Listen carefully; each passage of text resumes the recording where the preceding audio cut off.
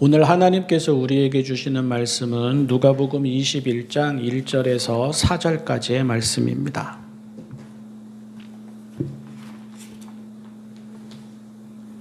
세번역 성경 신약 140쪽 누가복음 21장 1절에서 4절까지의 말씀입니다. 예수께서 눈을 들어 부자들이 헌금궤에 헌금 넣는 것을 보시고 또 어떤 가난한 과부가 거기에 랩돈 2잎을 넣는 것을 보셨다. 그래서 예수께서는 말씀하셨다. 내가 진정으로 너희에게 말한다. 이 가난한 과부가 누구보다도 더 많이 넣었다. 저 사람들은 다 넉넉한 가운데서 자기들의 헌금을 넣었지만 이 과부는 구차한 가운데서 가지고 있는 생활비 전부를 털어 넣었다. 아멘. 영화 해바라기에서요, 주인공 오태식이 이제 건달로 살던 지난 삶을 이제 감옥에서 나온 다음은 후회하면서 마음 잡고 살아보려고 하잖아요. 죽은 듯 이제는 옛날 생활 정리하고 그렇게 살아보려고 하는데요. 그런데 그게 그의 마음처럼 그렇게 되지가 않습니다. 그를 향한 조롱이나 폭력은 참고 넘어갑니다.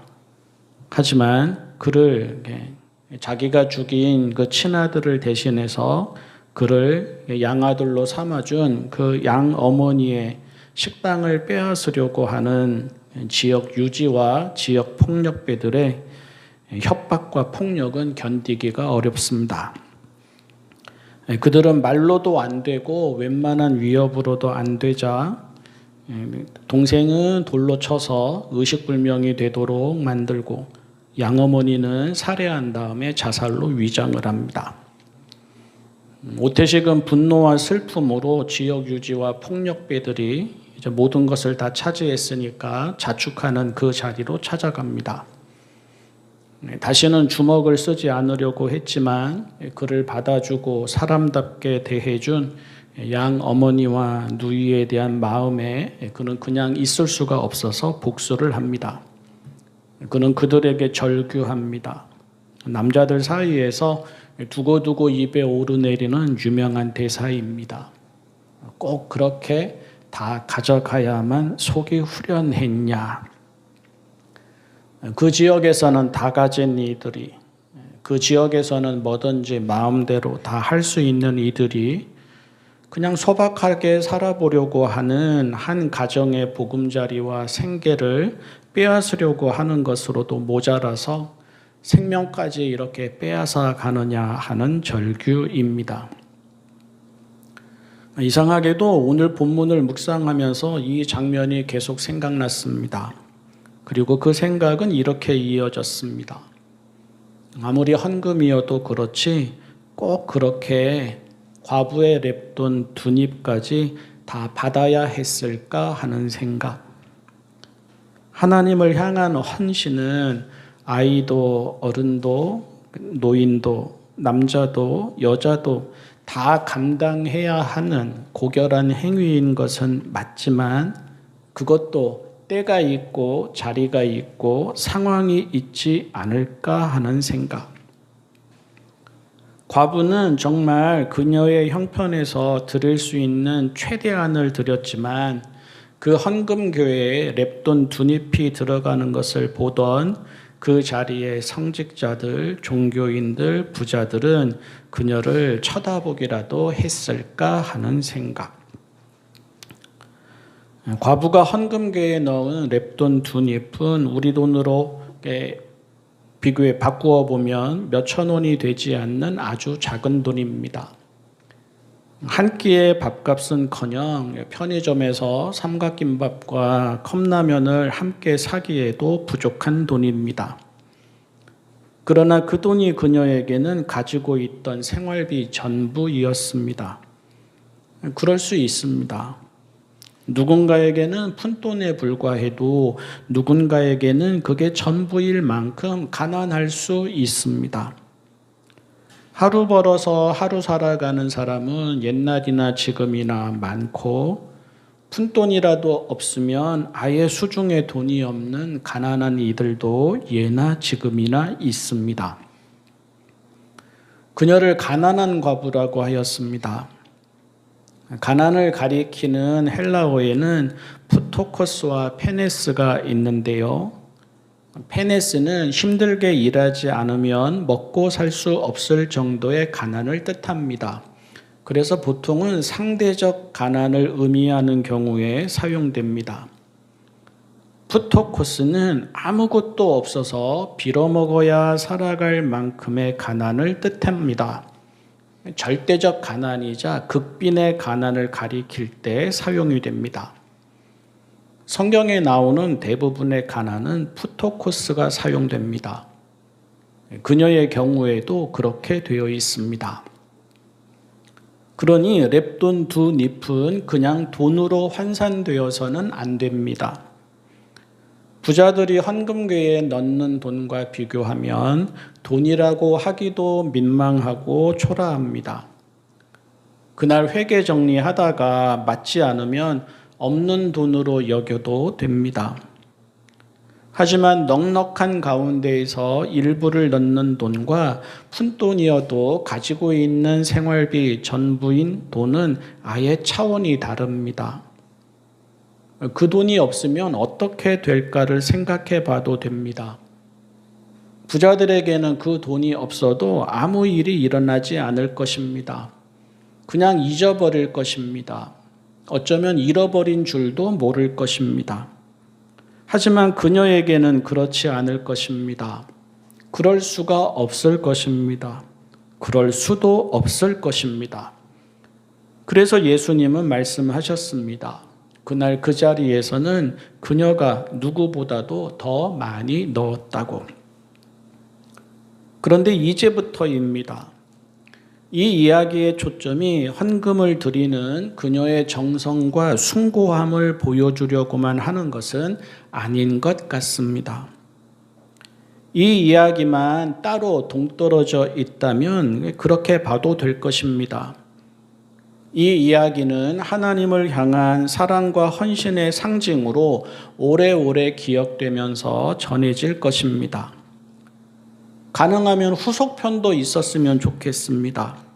이어지는 이야기가 있었으면 좋을 것입니다. 예를 들어서 그렇게 어려운 형편에서도 모든 것을 다 드린 그녀는 그 믿음에 합당한 큰 복을 받아서 행복하게 살았다. 이렇게 되면 더욱 흐뭇할 것 같습니다. 대부분의 헌금에 대한 예화들이 그런 것처럼요. 미국에서 백화점의 왕이라는 별명을 남긴 존 워너메이커를 말할 때마다 그렇게들 말하는 것처럼 그런 이야기가 이어지면 좋을 것도 같습니다. 하지만 예수님은 그녀가 가진 것을 다 넣었다고만 하셨지 그 행동을 칭찬하거나 부추기지는 않으셨습니다. 저는 보았습니다. 정말로 가난한 이들이 교회에 이런 식으로 헌금을 하는 경우를 보았습니다. 또 그런 헌금을 다른 이들의 헌금을 부추기는 방식으로 선전하는 것도 보았습니다. 특히 건축을 앞두거나 큰 재정이 필요한 일에서 그렇게 하는 경우들을 보았습니다. 그런데 예수님은 그렇게 하지 않으셨습니다. 게다가 본문 바로 앞에는 율법학자들에 대한 책망이 나오는데 그 내용 가운데에는 예수님이 그들이 과부들의 가산을 삼킨다고 하시는 말씀이 나옵니다. 그리고 본문 바로 뒤에는 아름다운 돌과 봉헌물로 지어지는 성전을 보면서 다시 말해서 헌금궤에 넣는 그 많은 돈을 가지고 이루어지는 그 결과를 보면서 사람들이 감탄하는 내용이 나옵니다. 그런데 예수님은 그들에게 이것들이 돌 한 개도 돌 위에 남지 않고 다 무너질 날이 올 것이라고 하셨습니다. 과부의 헌금 이야기는 이런 흐름 가운데 들어가 있습니다. 그 자체로는 아브라함이 이삭을 바치고 사르밧 과부가 마지막 남은 양식을 아들과 같이 먹고 죽으려다가 그것을 그대로 엘리야에게 주고 어린 소년이 보리떡 5개와 물고기 2마리를 예수님께 드렸던 것처럼 숭고하고 아름답지만 적어도 누가복음의 문맥에서는 그렇게 보이지 않습니다. 예루살렘에 들어가신 예수님은 겉으로는 화려하지만 본질을 잃은 종교와 종교 지도자들에게 계속 쓴소리를 하셨습니다. 예루살렘 성전과도 철저하게 거리를 두셨습니다. 그 성전에서 이루어지는 종교적인 일과도 철저하게 거리를 두셨습니다. 그 성전을 대표하는 종교 지도자들과도 철저하게 거리를 두셨습니다. 그러시는 가운데 본문과 같은 일이 일어났습니다. 어쩌면 예수님은 서글프셨을 것 같습니다. 안타까우셨을 것 같습니다. 답답하셨을 것 같습니다. 분노하셨을 것도 같습니다. 과부와 고아와 나그네는 사회적 약자이고 경제적 약자입니다. 성경에서는 온 사회가 함께 보호해 주어야 하는 대상입니다. 그들이 받는 대우가 그 사회가 얼마나 거룩하고 의로운지에 대한 척도가 됩니다. 더 나아가 그들이 하나님의 얼굴입니다. 하나님을 향한 마음, 말, 행동 이 모든 것과 그들을 향한 마음, 말, 행동 이 모든 것이 같게 여겨집니다. 성도가 성도다운지 교회가 교회다운지가 그들이 어떤 대우를 받느냐에 따라 정해집니다. 당연히 종교는 그들에게 짐을 지우지 말아야 합니다. 경제적인 짐은 물론이고 심리적인 짐도 지우지 말아야 합니다. 그들을 부끄럽게 해서도 안 되고 그들을 초라하게 해서도 안 됩니다. 그들의 형편이 그런 것을 믿음 없음이나 자격 없음인 듯 느끼게 해서도 안 됩니다. 그들의 약함이나 상황을 종교적인 열심이나 헌신의 부족으로 통제하거나 조종하려고 해서도 안 됩니다. 율법학자들은 과부의 가산을 삼킨다는 말에서 종교가 가난한 이들을 측은히 여기며 있는 그대로 받아주기보다는 그들의 종교적 행위를 이용하거나 미화할 수도 있었겠다는 생각이 듭니다.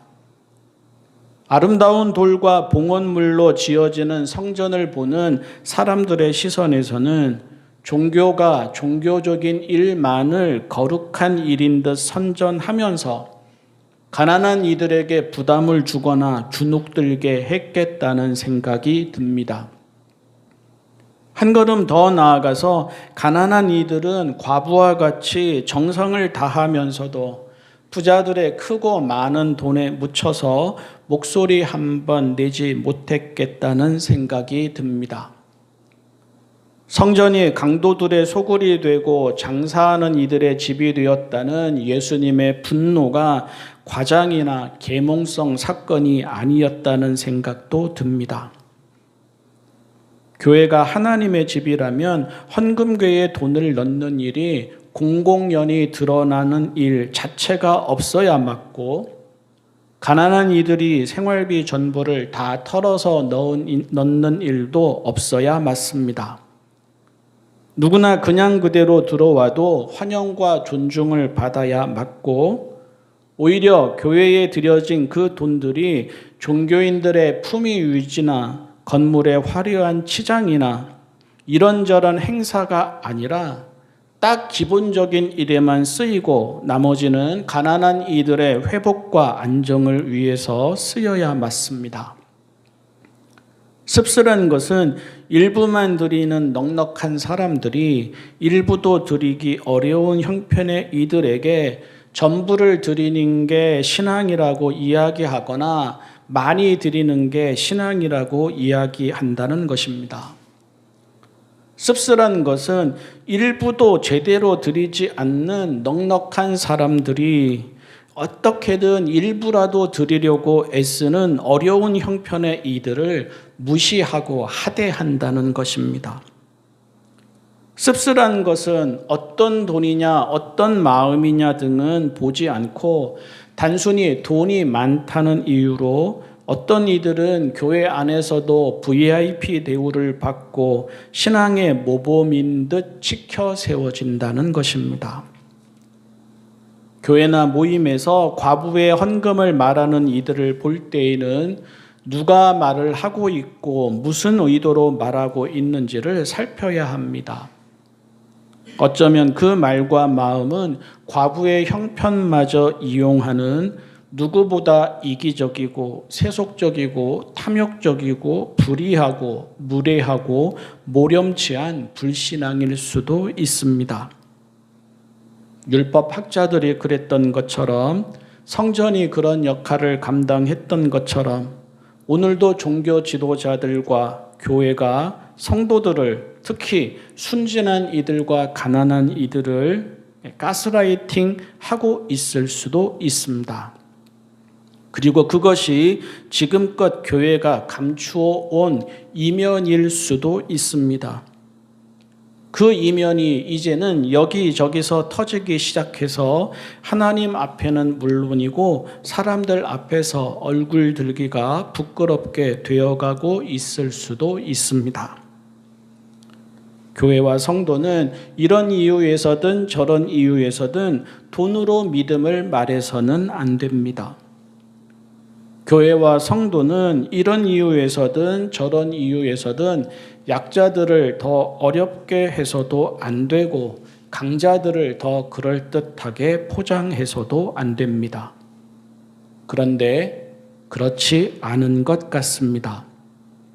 오늘도 예수님을 십자가에 못 박아 죽이는 일에 가장 앞설 사람은 그 옛날처럼 교회와 성도인 것 같습니다. 기도하겠습니다. 사랑의 하나님, 거룩한 신앙인이어서 하나님을 향한 마음과 약자들을 향한 마음이 같이 있게 하여 주십시오.